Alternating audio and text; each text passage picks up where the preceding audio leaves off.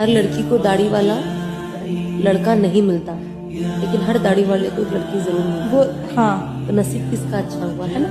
देखो जो शक्ल होती है ना, रसूल अल्लाह सल्लल्लाहु अलैहि वसल्लम की शक्ल अल्लाह सुब्हानहू व तआला ने बनाई, अपने पसंद से बनाई। तो अगर अल्लाह सुब्हानहू व तआला को लगता कि दाढ़ी बोझ है और अच्छी लड़कों पे नहीं लगती और लड़के बिना इसके अच्छे लगते, तो अपने हबीब को देता हो नहीं देता, क्योंकि दुनिया बनी ही उनके लिए है। तो जब अल्लाह ने इस शक्ल को पसंद की है अपने महबूब के लिए, तो हम कौन है? हम कौन है? And when I realise that, अब मुझे ऐसा लगता है कि मैं बहुत लकी हूँ कि मुझे कोई ऐसा मिला है कि आज की मॉडर्न दुनिया में उस सुन्नत को लेकर चल रहा है। Like I can't, in fact I am the one right now.